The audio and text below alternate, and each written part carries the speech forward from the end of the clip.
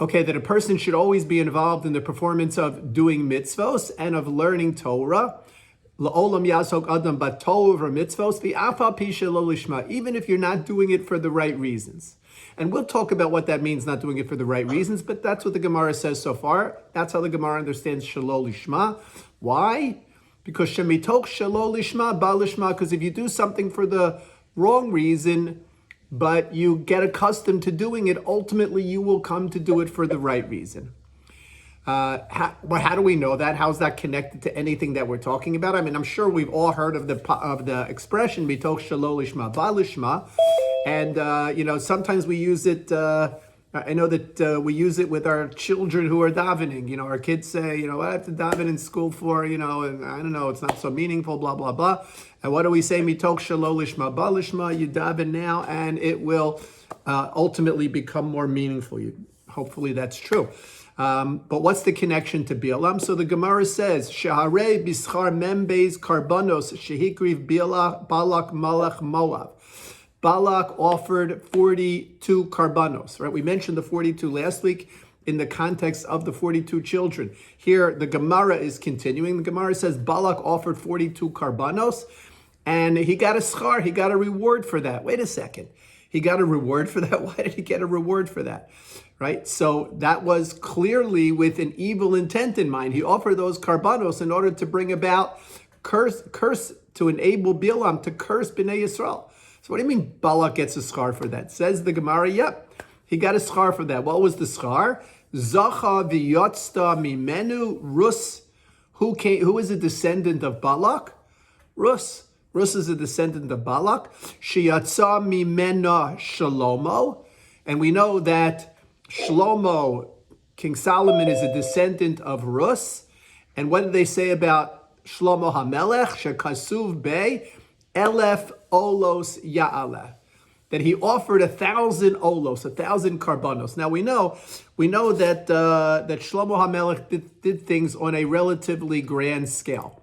So we understand, right? He offered karbanos. Shlomo HaMelech doesn't just offer one karban. Shlomo HaMelech offers 1,000 karbanos. So what's the connection? The connection is Shlomo HaMelech is a descendant of Rus. Rus is a descendant of Balak, right? In the same line, she's from Moab. So Balak ultimately gets rewarded by Shlomo HaMelech bringing these karbanos. What kind of reward is that for Balak?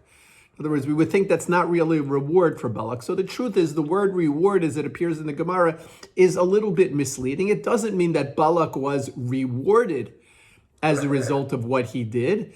What it means is that Balak's action of bringing these 42 karbanos, ultimately, and he brought them shelo lishma, ultimately led to karbanos being brought lishma. Which karbanos were they? Whose karbanos were they? They were the karbanos that Shlomo HaMelech brought. So it's not like Balak got rewarded. In other words, Balak brought these karbanos shelo lishma, and he got rewarded because, Balak never was lishma. Balak just never, he was always shelo lishma. But the 42 karbanos that Balak brought ultimately changed into thousands of karbanos that were brought by Balak's descendants. And they were brought lishma. So from Balak's shelo lishma, ultimately we came to lishma. And says the Gemara from here that this is the idea that it's possible that we can have a transformation, that we can transform from shelo lishma to lishma. And we see the karbanos by Balak started out shelo lishma, and they changed, all right, many, many generations later, but they changed to be karbanos lishma. And here the Gemara wants to emphasize the principle of mitoch shelo lishma ba lishma, which is actually a nice, it's a nice idea. It's an encouraging kind of principle because we don't always do things lishma. In fact, sometimes I think we more often do things shelo lishma. In other words, sometimes we come to shul because, we're expected to come to shul, right? Or we come to shul because we expect to see our friends in shul. Or in the olden days, we came to shul because we were anticipating a good kiddush in shul. In other words, all of these ideas of coming to shul are shelo lishma. there's a phenomenon which has been written about called social orthodoxy. I'm not sure if you're familiar with the term, right? Social orthodoxy, which is, by the way, a very fascinating subject to explore.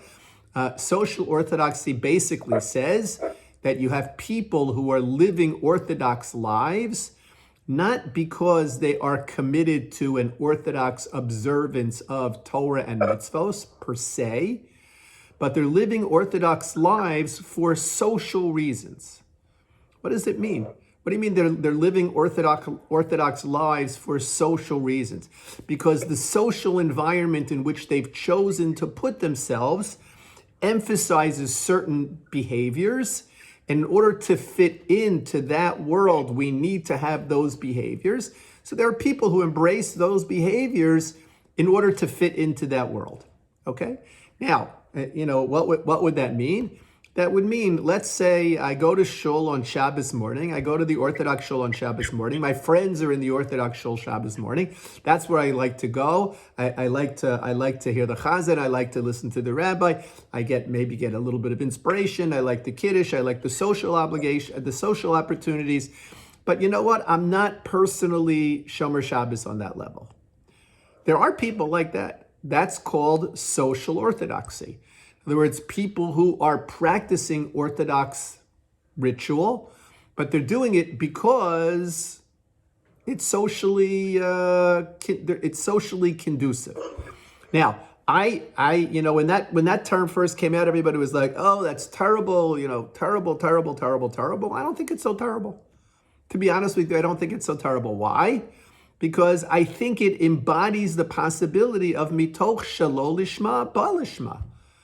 Right? That if you start coming to shul for a reason that might not be the most ideal of reasons, we believe that there's a product, that if you start taking advantage of that product, what's going to happen?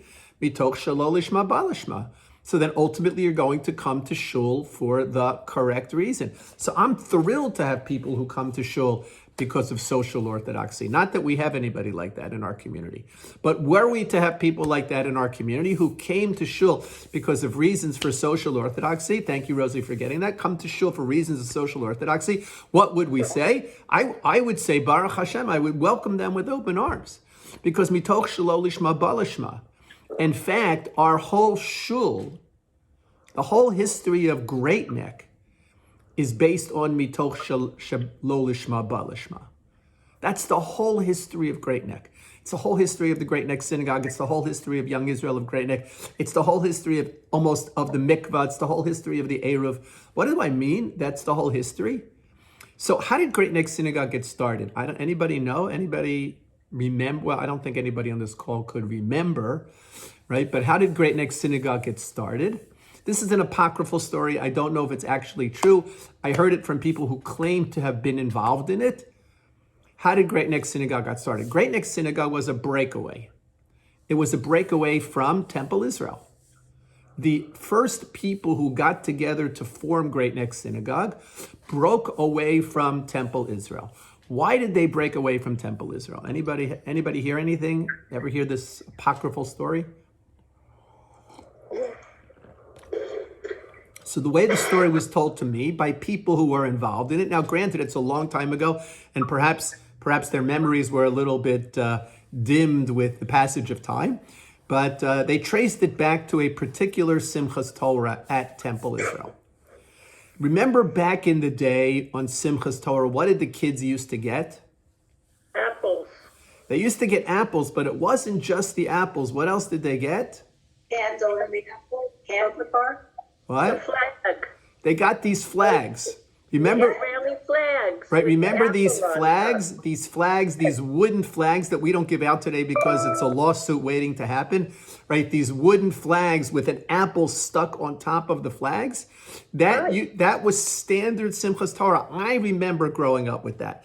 That was standard Simchas Torah. In every shul, right? In every shul. Right? I didn't grow up in an Orthodox shul, but that was in the conservative shul that I went to, that was standard Simchas Torah practice, and Temple Israel also had it. But there were a number of people who, they ran out of flags and apples. So there were people who were upset. How could it be we come here to celebrate with our children and there's not enough flags and apples? So as a result of that, they started the Great Neck Synagogue. Now, whether that's 100% accurate or not 100% accurate, if you know the individuals who were involved in starting the Great Neck Synagogue, and I don't know if any of you remember some of those individuals, but if you know the individuals who were involved in starting the Great Neck Synagogue, it's not an unlikely scenario. I mean, it almost seems preposterous to us. But it's not an unlikely scenario. Okay? So I mean, shuls get started for all kinds of reasons. So that apocryphal story is, so the people who started Great Neck Synagogue were not necessarily Orthodox people. In fact, one of them who was involved with the starting of Great Neck Synagogue was a famous author. Anybody know who? Herman Wolf. Herman Wouk. Herman Wouk was involved with starting Great Neck Synagogue. But where did Herman Wouk daven before Great Neck Synagogue? He lived in Great Neck before Great Neck Synagogue. Where did Herman Wouk daven before Great Neck Synagogue? He davened at Temple Israel. Right? So Herman Wouk was not personally Orthodox, but he davened at Temple Israel because that was the only game in town. He was traditional. That was the only game in town. Right? And he used to, I think I've mentioned this before, the battle that he and Rabbi Waxman used to have about the placement of the bima in the chapel at Temple Israel. You know, it's a small enough bima that it could be moved back and forth. So if Herman Wouk got there before Rabbi Waxman, he would move the bima into the center of the room, because Orthodox tradition is it should be in the center. And if Rabbi Waxman was there before Herman Wouk, so Herman wouldn't move it. But that was so when the Orthodox synagogue started, so Herman Wouk joined the Orthodox synagogue. Herman Wouk was a member of Great Neck Synagogue, an early member of Great Neck Synagogue, right? Not because he was so Orthodox in his observance, but he wanted to be in that environment. And I will tell you that I remember 30 some years ago. How long am I here now? Anybody remember? Sue, how long has this class been going on? 33 years. 33 years. So when I came here 33 years ago, there were, Baruch Hashem, still people who were involved with the founding of Great Neck Synagogue, still in shul. Brenda, you might remember. Harriet, I'm not sure if you would remember. Let me see, who else might remember? Jackie, for sure, you would remember. People like Moish Chalfin. Perry Greenberg. Right, Perry Greenberg, Moish Chalfin. Sharon, you probably remember. Sharon, do you remember? Were you here then? Yes, I was. Perry Greenberg, Moish Chalfin. Liederman. Sharon Liederman. Al Liederman, right. So Sharon Goldman's father was a little bit of exception to the rule because he was the frummest of the group. But and George Weinstein. George Weinstein also, absolutely right. George Weinstein was also on the more religious side of the group. But there were individuals, and even when I came here 33 years ago, right? The Great Neck Synagogue had already been founded for some 25 years when I came here, right? There were still people I would still speak to. There were still people in shul, I won't tell you who, but there were still people in shul from this original group. And as I would be speaking to them Shabbos morning at the end of davening, they would be jingling the change in their pocket. In other words, not doing it sort of absent-mindedly. But, that was and mitoch shelo lishma balishma. Right? Look at what happened. We have people in Great Neck Synagogue who are Orthodox today because they belong to Great Neck Synagogue. They weren't necessarily Orthodox in observance, but their children came to the North Shore Hebrew Academy, and boom, what happened? Mitoch shelo lishma balishma. Right? It's this incredible principle. Mitoch shelo lishma balishma. Yes, Sue. Isn't that what Effie Buchwald once said? Like the Kirov movement says you can make a Jew just from a chicken. Right. That was one of NJOP's. It was actually before NJOP. Right. NJOP was a National Jewish Outreach Program that was founded by Effie Buchwald. But I remember before Effie Buchwald, Before Effie Buchwald started NJOP, he was the director of outreach at the Lincoln Square Synagogue, right? At the Lincoln Square Synagogue. I always hesitate to say Lincoln Square Synagogue because when I was in yeshiva, we used to refer to it as Wink and Stare Synagogue because it was a very interesting modern Orthodox crowd who were there. A lot of singles on the Upper West Side. It was in a circle, so you could be on one side looking at the others on the other side. So we used to refer to it as the Wink and Stare Synagogue. So I always have to catch myself when I mention Lincoln Square. But yes, absolutely. And Effie Buchwald ran the beginners program. It was the very first beginners program. He ran the beginners program at Lincoln Square Synagogue. And he came up with this slogan, and I remember at the time, it was just like blew people away. And it was for the price of a chicken. I don't remember the exact, you could bring a Jew back to Judaism for the price of a chicken. That's the essence of it. He said it much more eloquently, and it was publicized much more eloquently. But in other words, have somebody over on Friday night, have somebody over for a Shabbos meal, and you can inspire that person to become more observant, more traditional, because he believed in the power of our Shabbos. That was mitoch shelo lishma ba lishma. That expression, right? For the price of a chicken, you could turn on a Jew or whatever it was, became the precursor to turn Friday night into Shabbos. That whole movement of turn Friday night into Shabbos, which still in many communities is very active. So yes, Sue, you're absolutely right. That's the principle of mitoch shelo lishma ba lishma. And that principle actually finds itself manifest in a fascinating Gemara. And what is this Gemara? So Gemara says as follows. It's a Gemara Maseches Pesachim. And the Gemara says, Tanu Rabbanan, the rabbis learned, Yesh Zariz v'niskar, v'yesh Zariz v'nifsad. There's an energetic person who benefits from his energy, and there's an energetic person who doesn't benefit from his energy. Yesh shafel v'niskar. There's a lackadaisical person who benefits, and there's a lackadaisical person who doesn't benefit. What is this Gemara referring to? So the Gemara says as follows: an energetic person who benefits from his energy is a person who works hard all week long, but doesn't work on Erev Shabbos. What does it mean he works hard all week long? In other words, he's hard at work earning a living, or she's hard at work earning a living, but comes Erev Shabbos, what happens? Comes Erev Shabbos, all of the efforts are now spent on getting ready for Shabbos.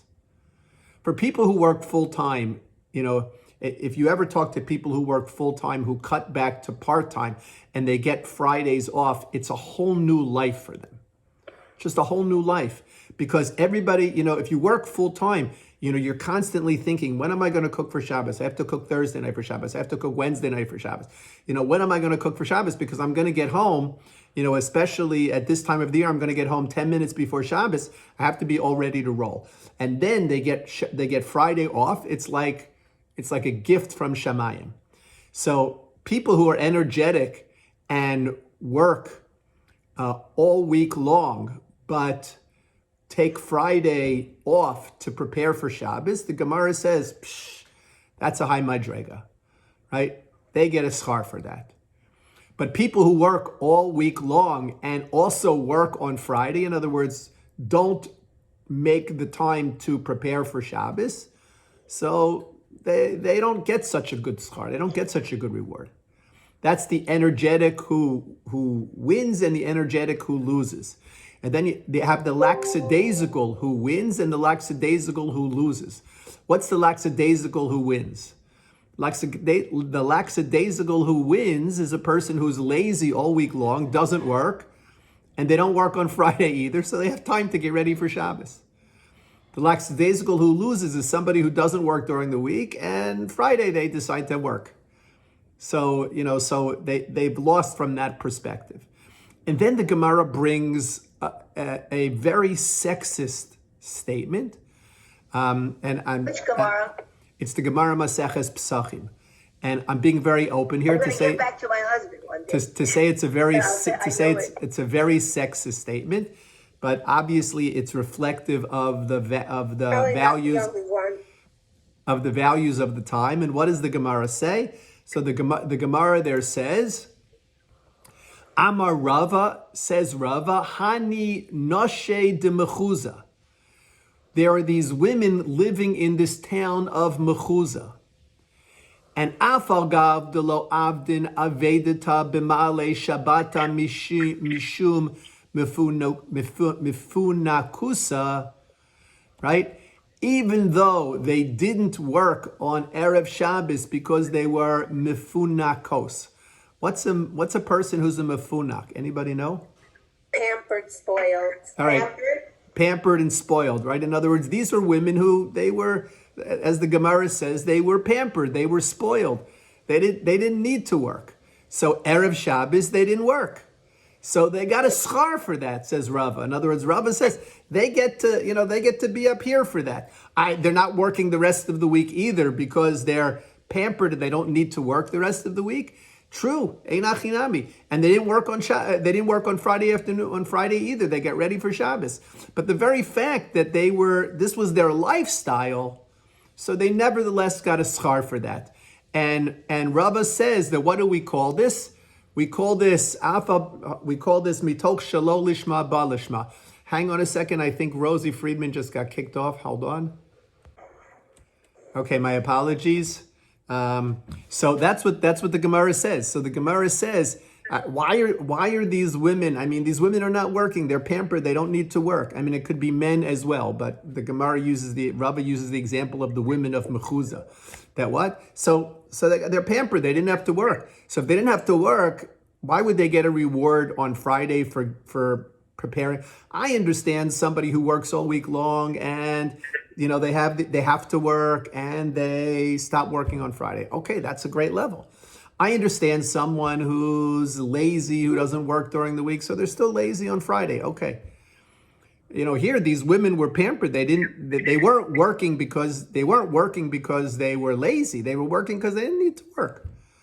So here the Gemara introduces the principle of mitoch shelo lishma ba lishma, right? That they get a schar because of mitoch shelo lishma ba lishma. And that's the principle that the Gemara in Maseches Sota also invokes when it comes to Bilam. But I want to share with you another Gemara. There's another Gemara that's in Maseches Tainis. And that Gemara Maseches Tainis is their Gemara says, Tanya haya Rebbe Binai Omer. Rebbe Binai said, Kol ha'osek b'Torah lishma, Torah sot na'aseis lo sam chayim. That whoever learns Torah lishma, then his Torah is considered a sam chayim. It is a salve of life. Salve, S-A-L-V-E, a salve of life. It's an elixir of life. If you learn Torah lishma, it's an elixir of life. And yet the Gemara Maseches Tainis continues and says, B'chol ha'osek b'Torah shelo lishma na'aseis lo sam hamaves. However, if you learn Torah shelo lishma, then it becomes an elixir of death, the opposite of life. What does that mean? Wait a second. We just said mitoch shelo lishma ba lishma. We just spent 20 minutes more talking about mitoch shelo lishma ba lishma. How important that is. What is the Gemara in Maseches Tainis talking about, where it says if you learn Torah shelo lishma, then the Torah that you're learning becomes a sam maves, becomes an elixir of death, not an elixir of life. So the Mefarshim try to explain this by understanding that there are two kinds of shelo lishma. Two kinds of shelo lishma. There's a shelo lishma that is designed to be misused. In other words, when we say, let's say a shelo lishma, meaning I come to shul. Why do I come to shul? I come to shul because that's where my friends are. That's a shalol lishma. I come to shul because I don't want to sit home Saturday morning. That's a shalol lishma. I come to shul because I like Kiddush. That's a shalol lishma, right? Can you give an example of a mitzvah shalol lishma? That's like social. Yes, I'll give you an example of a mitzvah shalol lishma. I give $1,000 to charity because my name is going to be listed on the program, and I don't want to be embarrassed among my friends. Right? That's an example of a mitzvah shalol lishma. Right? So you do something that's shalol lishma. In other words, you're not doing it necessarily with negative, harmful intentions. You're just not doing it with the right intentions. Okay, but there is a shalol lishma, and when you're doing it for that shalol lishma, that's where we say mitoch shalol lishma balishma. But if you're doing it shalol lishma for negative, harmful reasons, right? Such as one of the examples that's given, I'm learning Torah so that I can use what I learn to argue against what my Orthodox friends are saying to try to persuade them not to be Orthodox. That's learning Torah shalol lishma, and that lo lishma has a negative intention to it, and that lo lishma is what becomes a sam maves, an elixir of the opposite of life, not an elixir of life. If I learn Torah, you know what, I'm not so into it, but my kid is, my kid has a Chumash test, right? So my kid has a Chumash test. I'll learn Chumash with my kid to help him prepare for his Chumash test. That's shalol lishma. But that ultimately has the possibility of bringing about lishma. But if I'm learning Torah, because I want to prove my kid's teacher wrong, that's the whole reason I'm learning Torah. So then that's a shalol lishma. That's a dangerous shalol lishma. So yes, there are two kinds of shalol lishmas. There's an acceptable, a good shalol lishma, and then there is a negative, unacceptable, dangerous shalol lishma. And you sort of have to try to figure out which is which. Why is a person doing things? I think most of us, speaker included, right? When we do something shalol lishma, it's not necessarily a negative. I will tell you that, not every morning do I go to shul because it is the spiritual start of my day. I will tell you that there are mornings, right, when I go to shul because, if the rabbi can't go to shul, so why am I going to go to shul? Right? So there are mornings when I probably am motivated by that. And I would say that those reasons are shalol lishma. I'm not going to shul for the right reasons. But they're not negative reasons. They're not harmful reasons, not harming anybody. But so that's mitoch shalol lishma balishma. Right? But if it's harmful, so then it's it's not a good shalol lishma. Not a good shalol lishma. Okay.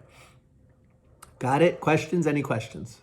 Beverly. But what you just cited as your example of going to shul in the morning, I have to say that is lishma, because your goal is to encourage davening in shul. So Beverly, you're so kind to me. You're so kind to me.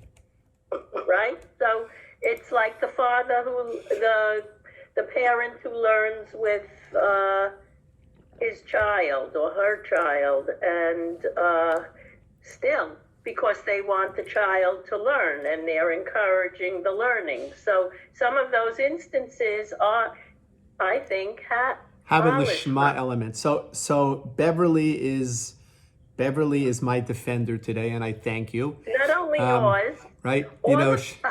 She's Dan lekafschus. She judges people favorably, and that's a wonderful midah to have.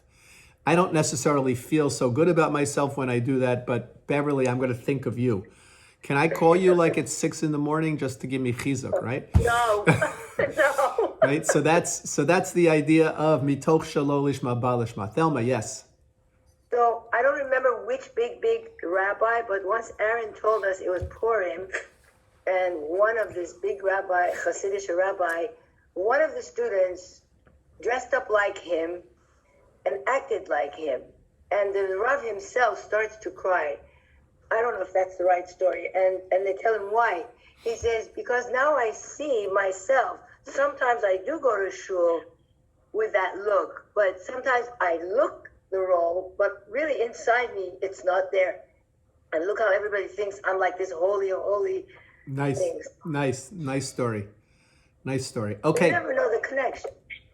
good. Okay, so let's continue. Just continue on. Pasuk Aleph says, we're beginning chapter 24. Pasuk Aleph says, Vayar Bil'am ki tov be'enei Hashem levarech es Yisrael. Right, so Bilam has already for 2 times tried to entice Hashem to curse Bnei Yisrael. He's tried all of his divinations to accomplish that goal, and he's been unsuccessful. And he sees that I can't do it.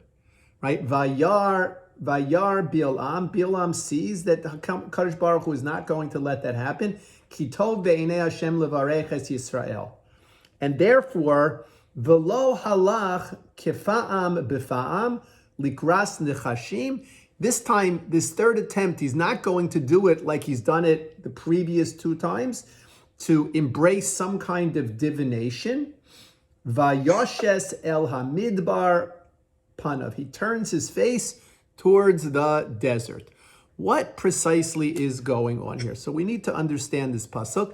The Torah tells us, Vayar Bilam kitov be'enei Hashem levarech es Yisrael. What does it mean that Bilam says that it's good? He sees that it's good in the eyes of Hashem to bless Bnei Yisrael. So listen to this incredible Yalkut Shimoni. Yalkut Shimoni is a medrash.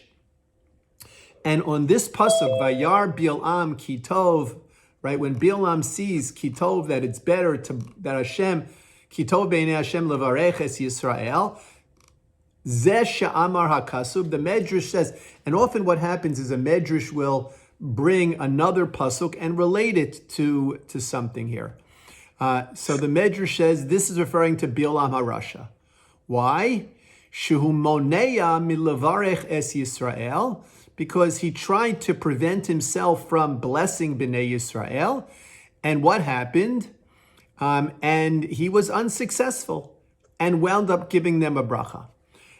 So listen, the Medrash says, Vayar Bilam, what did Bilam see? Ma Ra'ah, what did Bilam see? He saw Shemoshe Asi Levarech Es Yisrael Arba Brachos. He saw that Moshe was destined to bless the Jewish people 4 times. Right? That's what Moshe was destined to do, to bless the Bnei Yisrael 4 times. And he saw V'hu hayo ra'oi levarech es Yisrael sheva brachos. And he saw that he was destined to give Bnei Yisrael 7 blessings. So what happened? So Bilam is like, hey, Vayar Bilam ki tov be'enei Hashem levarech es Yisrael. Bilam is now making a big deal about himself. You know what? Moshe is only going to give them 4 brachos. I'm going to give them 7 brachos. What does the Medrash say happened? The Medrash says when Hashem heard Bilam saying this, meaning obviously Hashem, the Medrash is speaking in human terms, right? But right, when Hashem heard this, Amar HaKadosh Baruch Hu said, Rasha zeh, this wicked person, Einot Sarah bevir chasan shel Yisrael. The brachos he's giving Bnei Yisrael are coming from an ayin tsar, from a limited place. Dai shalosh brachos sheberchan. What did HaKadosh Baruch Hu do? HaKadosh Baruch Hu changed the plan. And HaKadosh Baruch Hu said, you know what? Bilam is only going to give them 3 brachos. What were the three brachos that, in other words, HaKadosh Baruch Hu said, Bilam thinks he's hot stuff because he's giving 7 brachos to Bnei Israel and Moshe is only giving 4 brachos. What happens?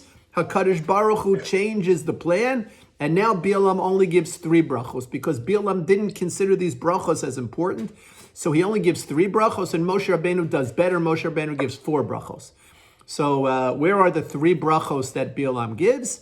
So they're all 3 of those brachos that Bilam gives are here in our parsha. We learned 2 of them already. We still have 1 more, perhaps the most famous one of Matovu Halecha Yaakov coming up. We haven't learned that yet. But these are the 3 brachos that Bilam gives. Moshe Rabbeinu gives 4 brachos. And Moshe Rabbeinu gives those 4 brachos. Where does he give them? He gives 1 in Parshas Shmini, because he and Aaron, after they prepared all of the karbanos on what would be the first day of the officiating of the Kohanim in the Mishkan, so they come out, they bless the people, boom, a fire comes down and consumes the karbanos. And Moshe Rabbeinu in Parshas Devarim blesses Bnei Israel another time when he explains that Kadosh Baruch Hu made them so multitudinous that he can't handle them by himself and he needs judges. In Parshas Pekudei, after Moshe Rabbeinu inspected everything that had to be done for the Mishkan, for the Kohanim of Parshas Truma Tetzaveh, how everything was ready. So he blesses Bnei Israel, and finally, of course, Vizos HaBracha. Those are the 4 times that Moshe Rabbeinu blesses Klal Yisrael. So Vayar Bilam Kito Bnei Hashem Levareches Yisrael. Bilam sees, hey, you know what? God likes when you bless Bnei Israel. And look at me, I'm going to do it 7 times. Kadosh Baruch says, Russia, we're cutting you down. You don't get to do it 7 times. You only get to do it 3 times. And Moshe Rabbeinu is doing it 1 more than you. Don't think you're such hot stuff. So that on one level is what Bilam is thinking when it says Vayar, when he sees that it's good to bless Bnei Israel. But we don't find Bilam going into this 3rd attempt to curse Bnei Israel thinking that he's not going to curse them, or at least according to 2 opinions. There are 3 opinions as to what Bilam was thinking in this 3rd attempt. So the first opinion is Rashi. In other words, our assumption is that Bilam still is not a fan of Bnei Israel and is still trying to fulfill the deal that he made with Balak. He still wants to get paid at the end of the day. So he's still trying to bring about a curse on Bnei Israel. He just realizes that the first 2 times the approach that he had taken was not successful. And he also realizes that moving to a different place is not going to change my luck, not going to change my mazel. So what did Bilam say this 3rd time? So look at Rashi. What does Rashi say? So if you look on page 868, and you're looking at Rashi in the left column, literally in the middle of the page, what does Rashi say?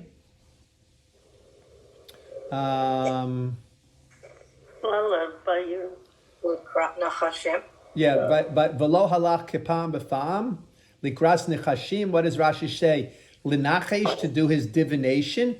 Ulai yikreh Hashem likraso biratzono, that perhaps Hashem would agree to Bilam's ratzo to curse Bnei Israel. He saw that was not successful. Amar, what did he say?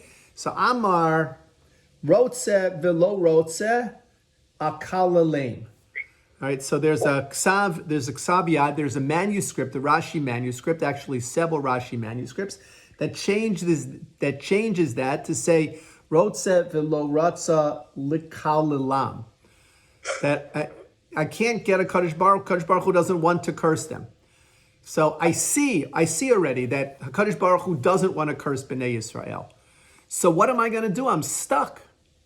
So says Rashi, Bilam's strategy is Azkir Aveiro Sehem. I'm going to mention their transgressions. V'haklalala al haskaras ha'averos v'sachol. And what's going to happen?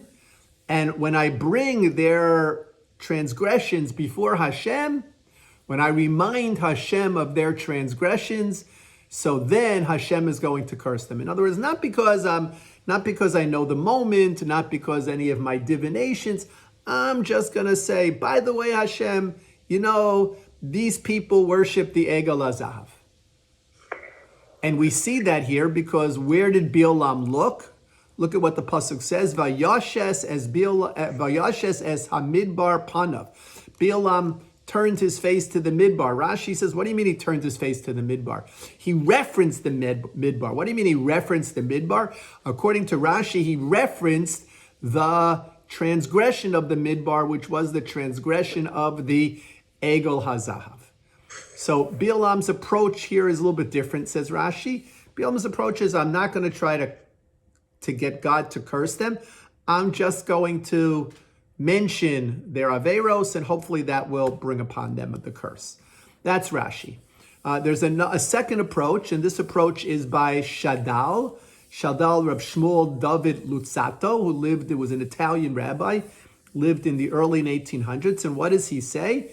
He says, Bilam's strategy here is, you know what? I'm going to curse them myself. I can't get God to curse them anymore. But my last ditch effort is that I'm going to curse them myself.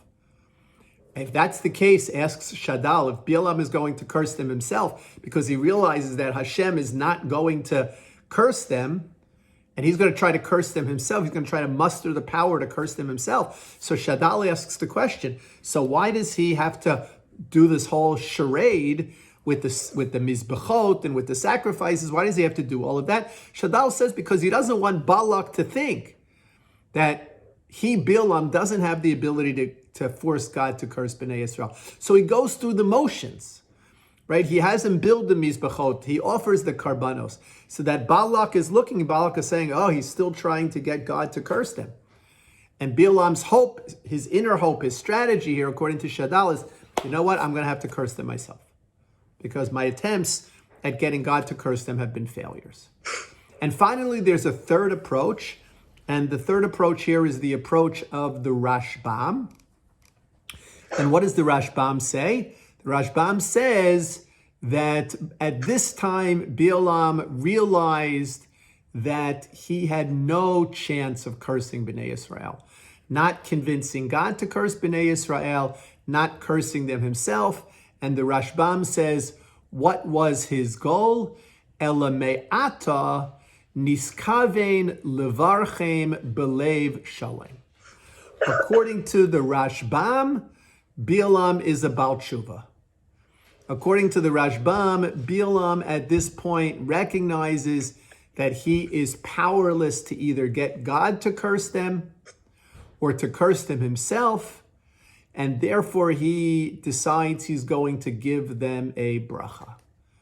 Now, this Rashbam is a little bit of a difficult Rashbam, because if Bilam becomes about tshuva, we have a difficulty with what happens subsequent to this, which is Bilam's advice to Balak as to how to be victorious over Bnei Yisrael.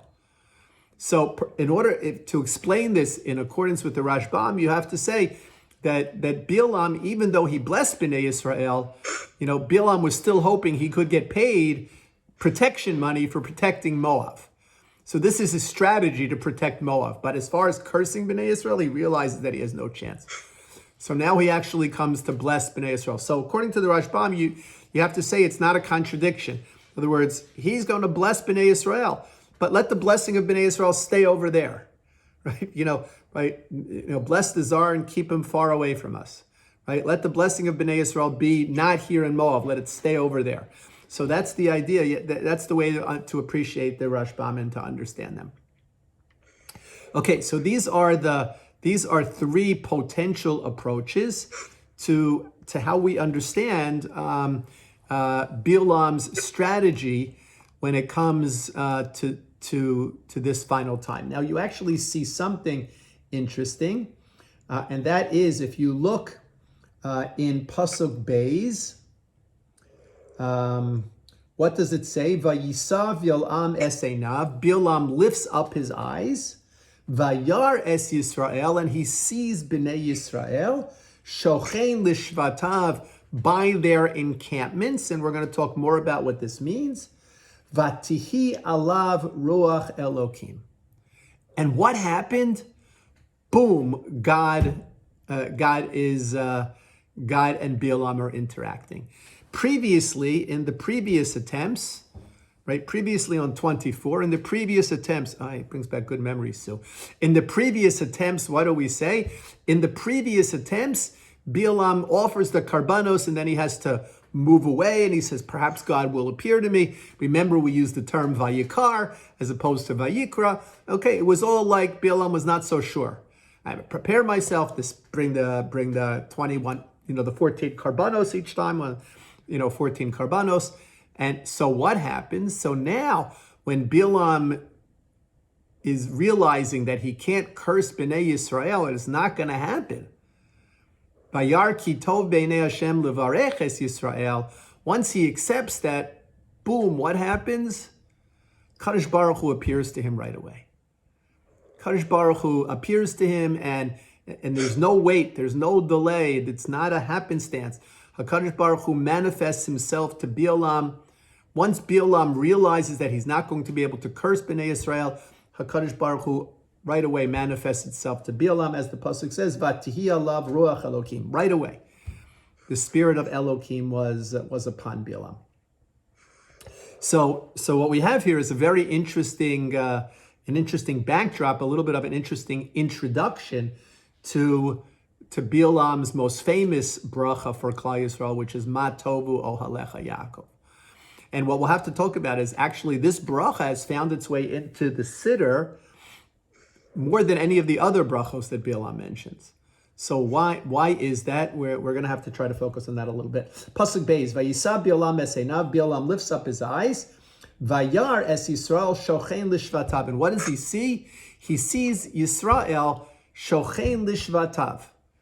What does it mean, shochein lishvatav? It means by their encampments. Look at Rashi. What does Rashi say? Ra'ah kol shevet v'shevet shochein la'atzmo ve'enan me'uravin. What did he see? He saw every seder, every shevet by itself, and they weren't mixed together. What's so nice about that? I would think maybe it would be a nice idea that they were mixed together. Right? Why does this idea that every shevet is by itself and not mixed together, why is that good? So my wife shared with me an article from the Wall Street Journal yesterday. I'm not sure whether she shared it lishma or shelo lishma. My hope is that it will become lishma. And the article in the Wall Street Journal was about how clutter and a mess take an emotional toll on someone. Did any of you see it? Right. The article was about, Beverly. So you saw it, right? The article was, Baruch Hashem, my wife keeps me posted on these things. So the article was about how if you have a cluttered life, so that cluttered life is going to have manifestations. It's going to take an emotional toll. It's going to not make you as efficient as you want to be. I don't know if my wife was suggesting that I am a person who lives in clutter or not, but if you've ever seen my desk, you might have an answer to that. So the idea is you have to get yourself more organized. And when you get yourself more organized, that has an impact, right? It makes everything else kind of fall into place. Seder is good, right? Now, I don't know that I would take it, Carol, where are you? I don't know that I would take it so far as a yeka, right? That's a whole different world of Seder. I don't know that I could ever reach that level. But having Seder in your life is a good thing. So that was what the article said, and that's what Bilam sees here. Bilam sees there's a Seder among Bnei Yisrael, and what is that Seder? What is that order? That they're not encamped helter-skelter. They're not encamped in some kind of Hefker way. It's not Hefkerveld. Right? What is it? It's organized. It's by Shevet. The Shvatim they know their places. They know where to be. And when you lead a life of Seder, so that's a positive attribute. That's what Bilam is saying. That's number one of what he saw. Number two is even more important. And what does that say? So Rashi explains that he also saw Ra'ah she'ein pischehen mechuvanim zeh kineged zeh. What did he see? He saw that their doorways were not opposite each other. What does it mean that their doorways were not opposite each other? Right? They lived. Go ahead, somebody. They have a level of privacy. Yeah, privacy. They had a level of privacy, right? Absolutely, they had a level of privacy, right? If one family opened their door and the other family opened their door, No so yenses. nobody would see what's going on in the other house. There was a degree of privacy, and that was not a happenstance kind of arrangement. That was bechavana. That was a deliberate kind of understanding. I always thought, based on this, that when you look for a house, you should always see if there's a person across the street from you, if their doorway is exactly opposite yours. But with windows and everything else, I don't know that it really matters anymore. So the idea is that Bilam saw these two attributes: the attribute of seder, of order, and the attribute of tzniut, the attribute of modesty. And these two attributes, these two midos of the Jewish people, that they were characterized by order and by modesty, are what inspired Bilam to offer his next blessing that Emir Hashem will talk about next week. The famous Matovu Halecha Yaakov. Okay, everybody have a great day. Everyone stay well.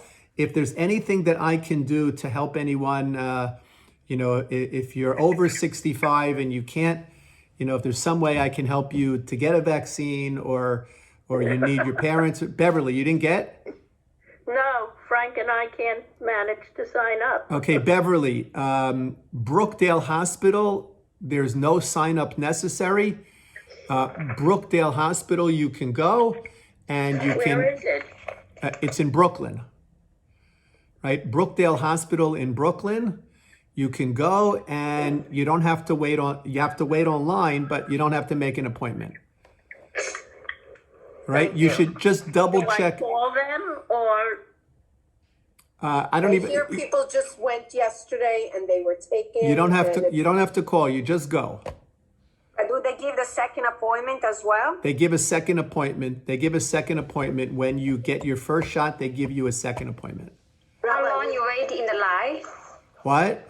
How long do you need to wait in the line there? So from the people I heard who went yesterday, the whole thing from start to finish took them about 15 minutes. Oh, that's good. I'm sorry, no, 40, I'm sorry, 45 minutes, 45 minutes. 45 minutes. It took them 45 minutes. There's a little bit of waiting in line. What? For do 65 you know and what over. time they went? 65 and older. I'm sorry, Beverly, what did you say? Do you know what time they went? They went around, I know two couples who went. One couple got in before lunch and the other couple had to wait an hour because they got their lunch. Yes. Sharon, you went, right? Yeah, they close from 12 to 2. Right? Oh, 12 to 2. It's 10 to 12 and 2 to 8. Is that the Moderna machine? That's Pfizer. You have to Pfizer? be 65 or over, or a teacher or a doctor. And That's what I learned. I think Brookdale is giving Pfizer because the hospitals are able to store the vaccine Very better good. than some of these other Oh, places. so that means you go back in 3 weeks, not 4. So you go Very back in 3 weeks. Rabbi, So I got Moderna.